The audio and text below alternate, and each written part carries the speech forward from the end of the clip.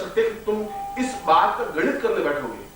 वह तो ठीक है कि जिस प्रकार से तुमने एक स्त्री के साथ शादी कर दी, उसको बांध दिया, अब न वो स्वतंत्र है, न वो कहीं जा सकती है, हर क्षण तुम चौकन्ने हो, हर क्षण उसके ऊपर नजर गड़ाए हुए हो, हर समय तुम ईर्ष्या से ग्रस्त हो, हर समय उसकी चौकसी कर रहे हो, हर समय इस बात पर वहम कर रहे हो कि नहीं ये कहीं चली नहीं जाए, ये किसी और की नहीं हो जाए। ये तुम्हारा स्वार्थ है, और ये तुम्हारा स्वार्थ तुम्हारी बुद्धि की वजह से है, और ये बुद्धि वैश्या है, क्योंकि वह तुम्हें भटकाती है, वह तुम्हें एक जगह स्थिर नहीं होने देती, वह एक में लीन नहीं होने देती, वह एक जगह अपने आप को पूर्णता की ओर अग्रसर नहीं कर सकती। और इसीलिए मैं तो कहता हूं कि अगर जीवन का आनंद प्राप्त करना है, अगर जीवन का एक श्रेष्ठ उपलब्धि प्राप्त करनी है, तो अपने आप को स्त्री बनकर के देखने की क्रिया करो। उस स्त्री की आंख में झांको जो प्रेमिका है, वह हर क्षण उस शीशे में अपना चेहरा देखती है तो गुनगुनाती रहती है, उसके होंठ थिरकते रहते हैं, उसकी आंखों में कभी झांक करके देखोगे तो उस प्रीतम की छवि स्पष्ट रूप में दिखाई देगी। यदि उसकी गुनगुनाहट तुम सुनोगे तो उस गुनगुनाहट में एक संगीत है, एक लय है, जिस प्रकार झरने का लय है, एक नदी की तरंग है, एक नदी में एक गुनगुनाहट है, क्योंकि वह प्रेम करने की कला जानती है, क्योंकि वह अपने आप को जला देने की क्रिया जानती है, क्योंकि वह अपने आप को समर्पित कर देने की क्रिया जानती है, वह अपने आप को फना कर देने की क्रिया जानती है, वह डूब जाने की क्रिया जानती है, वह तैरना भी जानती है, वह जीवन का आनंद लेना जानती है। पूरे जीवन भर राधा ने केवल कृष्ण से ही प्रेम किया।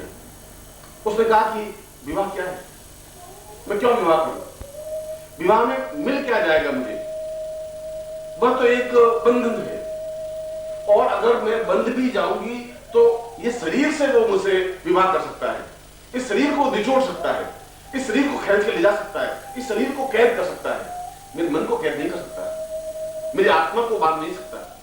मैं उस कमरे में कैद होने के बावजूद भी, कमरे के बाहर ताला लगाने के बावजूद भी, मैं तो हर क्षण अपने प्रीतम के पास ही तो रहूंगी। मैं आंख बंद करूंगी तो वो दिखाई देगा, मैं आंख खोलूंगी तो वो दिखाई देगा, मैं उसको स्नान कराऊंगी, उसको खिलाऊंगी, उसको पिलाऊंगी, उससे बातचीत करूंगी, मैं गुनगुनाऊंगी, उसके सामने नृत्य करूंगी, हर क्षण मैं उसको अपने पास बिठाए रखूंगी। उस पर मेरा पति क्या कर सकता है, उस पर कौन ताला लगाएगा, वहां पर कौन बंधन देगा, वहां पर मेरे किसकी हिम्मत है कि मुझे रोक सकेगा। यह भाव एक प्रेमिका का है, यह भाव एक भक्त का है, यह भाव एक शिष्य का है, क्योंकि वह पूर्णता की ओर अग्रसर हो सकता है। और इसीलिए मैं तुम्हें कहा कि इस संसार के विशाल समुद्र में, इस विशाल मरुस्थल में, अगर तुम्हें जीवन का आनंद प्राप्त करना है, अगर गुरु में लीन होना है, अगर इष्ट के और ईश्वर के साक्षात दर्शन करने हैं, तो तुम्हें प्रेम को समझना ही पड़ेगा, प्रेम में डूबना ही पड़ेगा, प्रेम का चिंतन करना ही पड़ेगा। इसलिए तो मैंने कहा है कि हमारा सारा शास्त्र, सारा उपनिषद, सारा वेद और सारा तत्व दर्शन इस बात पर है कि जीवन में पूर्णता की उपलब्धि केवल हृदय पक्ष के जागृत होने पर ही संभव है। और हृदय पक्ष का अ आ इ क ख ग सीखने के लिए स्त्रीत्व को सीखना जरूरी है, उस कोमलता को, क्योंकि स्त्री में है दया, ममता, करुणा, प्रेम, स्नेह, श्रद्धा और समर्पण। और एक भक्त में भी इन गुणों की आवश्यकता है, एक शिष्य में भी इन गुणों की आवश्यकता है। वह हर क्षण और कुछ नहीं सोच सकती, वो हर क्षण कुछ और सोच ही नहीं सकता, वह तो 24 घंटे एक ही बात सोचती है, मोहब्बत में मेरी तन्हाइयों में काम है लाखों, तेरा आना, तेरा मिलना, तेरा उठना, तेरा जाना। तो बस इसके अलावा मेरे को काम नहीं, सारे काम गौण है।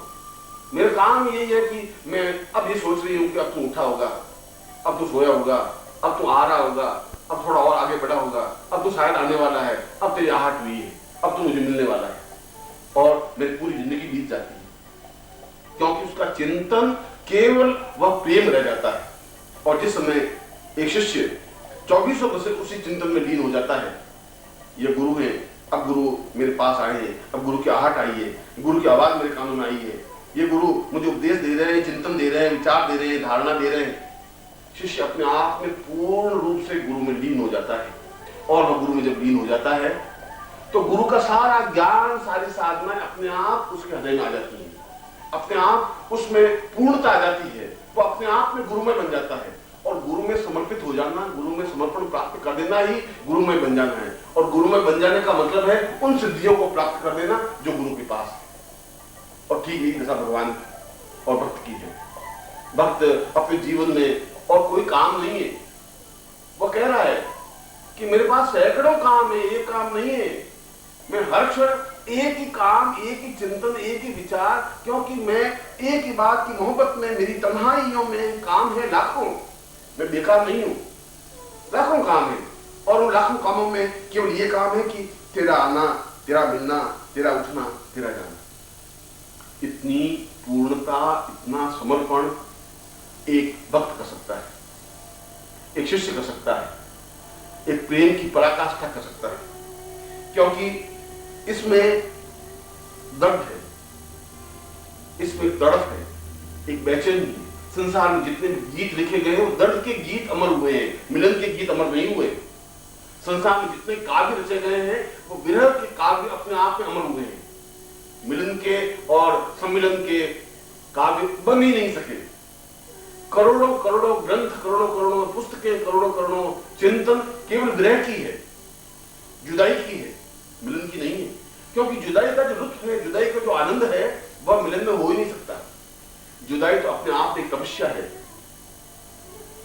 किसी के इंतजार अपने आप में पूर्ण साधना है, किसी की याद करना अपने आप में ईश्वर की साधना करना है, किसी के चिंतन में डूबा रहना अपने आप में जीवन की एक श्रेष्ठता है।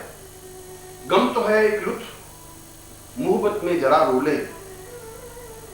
गम तो एक लुत्फ है, गम कोई दुख नहीं है, एक लुत्फ है। ये लुत्फ है कि हम कुछ क्षण रो तो लें, कुछ क्षण उसकी याद में आंसू तो बहा दें, दबा दें से जिगर का दर्द फिर भी कम नहीं होता। और मैं अगर उस दर्द को दबाऊंगी भी, उस जिगर के दर्द को दबाऊंगी भी, तो वह दर्द कम होगा नहीं, बढ़ जाएगा। और मैं चाहती हूं कि जिगर का दर्द बढ़ जाए, मैं चाहती हूं प्रीतम की तड़प बढ़ जाए, मैं चाहती हूं कि ठीक मछली की तरह हो जाऊं कि जो ही उसको पानी से बाहर निकाला और तड़प के 2 क्षण में समाप्त हो जाती है। मैं उतनी वेदना चाहती हूं, मैं उतना दर्द चाहती हूं, क्योंकि मेरी आंखों के आंसू अपने आप में उस दर्द की दास्तान है, उस विरह की दास्तान है। और यह दास्तान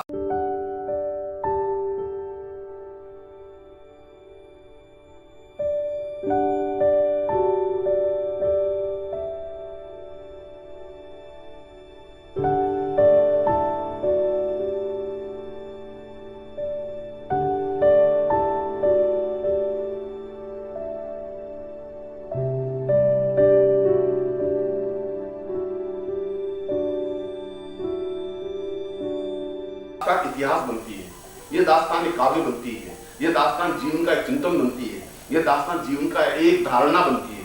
क्योंकि दर्द की दास्तान जीवन का, प्रेम का, भक्त का और शिष्य का आधार है।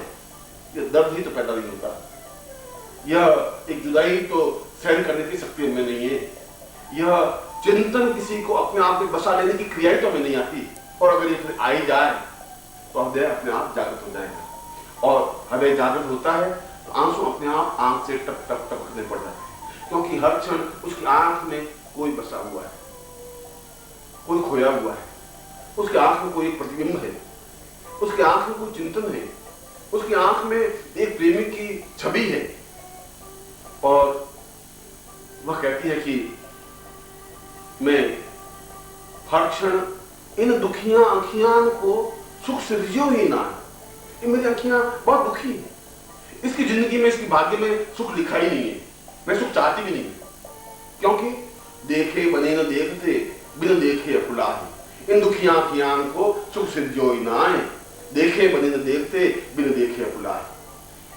मैं जब मेरे सामने एक बिंब के रूप में उपस्थित होता है तो इतना तेज होता है कि आंखें झपक जाती हैं, बंद हो जाती हैं, और मैं ढंग से उसको देख भी नहीं पाता, देख भी नहीं पाती। और जो ही हटता है तो फिर वह वेदना शुरू हो जाती है, फिर वह विरह शुरू हो जाता है, और फिर मेरी आंखें खुलने लग जाती है। कितनी तड़प है, ठीक वैसी तड़प जो मछली की तड़प है। वह सुकून, वह आराम, वह जिंदगी का चैन इस बात में एहसास नहीं करता कि मैं धनवान हूं, कि मैं महान हूं, कि मेरा यश है, मेरी प्रसिद्धि है, कि मेरा सम्मान है, कि मेरी उच्चता है, मैं ऊंचे पद पर हूं, या मैं बहुत कुछ गहनों का मेरे पास एक भंडार है। अगर उसके पास यह है तो यह बुद्धि का पक्ष है। वह ईश्वर को प्राप्त नहीं कर सकता, वह उस गुरु को प्राप्त नहीं कर सकता, वह उस प्रेम की गंगा में अपने आप को अवगाहन कर ही नहीं सकता, क्योंकि यह सकून नहीं है। सकून तो अपने आप में एक दूसरी ही क्रिया है। नींद में भी तेरा आना जिंदगी का सकून है री। जिंदे जी तो आंख खोलकर कि मैं तुझे देखूं नहीं देखूं वो कोई बड़ी बात नहीं है। नींद में भी तेरा आना जिंदगी का सकून है री, मगर मुझको नींद ही आए नहीं तो क्या करूं। अब सोच इस बात का है कि मैं कोशिश करती हूं, नींद ही नहीं आती। मैं चाहती हूं कि नींद एक क्षण के लिए तो नींद आ जाए। अगर एक क्षण के लिए नींद आ जाए तो मुझे मिल जाए तो ये बहुत बड़ी बात है, मगर ये मेरा दुर्भाग्य है, क्योंकि इधर तो नींद आए और तू आए और मैं तुझे देखूं और देखूं एक चैन मिल जाए, मगर मेरी जिंदगी में एक प्यास है, एक तड़प है, एक बेचैनी है, एक छटपटाहट है, क्योंकि नींद आती ही नहीं।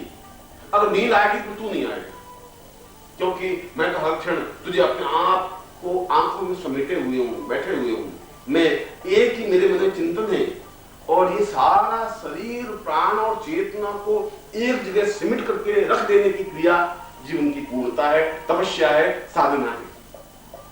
इसीलिए तैत्तिरीय उपनिषद में एक ही बात कही गई है कि जीवन में साधना में सिद्धि में सफलता प्राप्त हो ही नहीं सकती यदि आपने प्रेम करने की क्रिया नहीं सीखी, यदि आपने अपने हृदय में प्रेम का अंकुरण बोया नहीं, यदि आपने प्रेम की बेल को लहलाने नहीं दी, यदि आपने प्रेम की भावभूमि को स्थापित नहीं किया।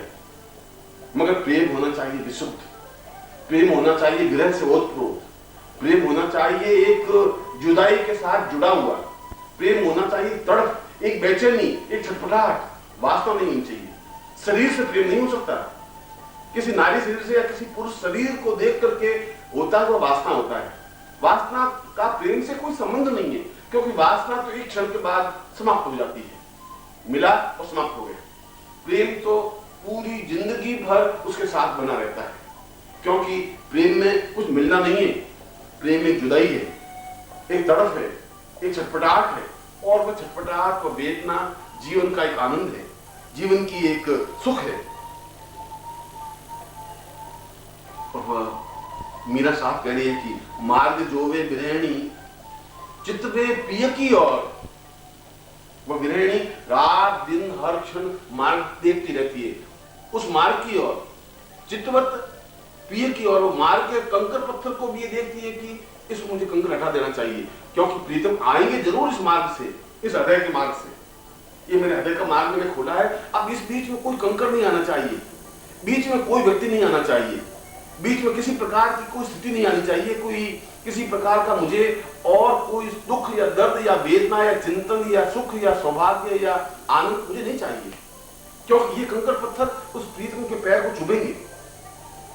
सुंदर जिए रे जख नहीं कर्ण परत निष्भोर।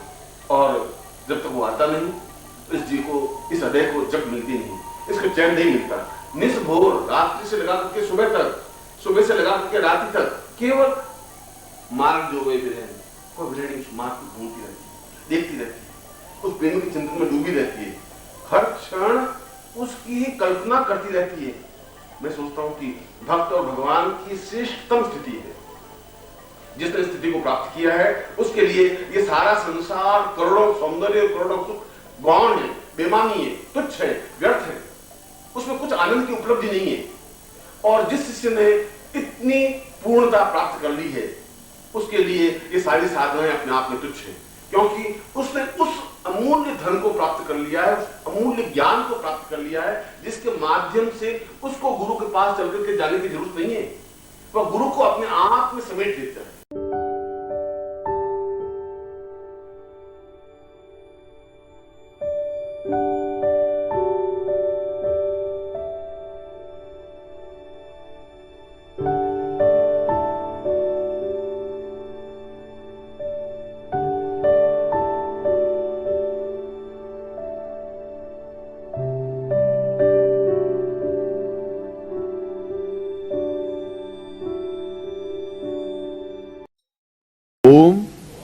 परम तत्वाय नारायणाय गुरुभ्यो नमः।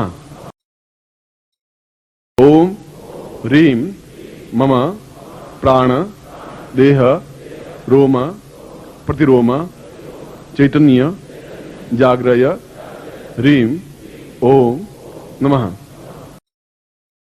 ओम भूर्भुवः स्वः तत्सवितुर्वरेण्यं भर्गो देवस्य धीमहि धियो यो नः प्रचोदयात्।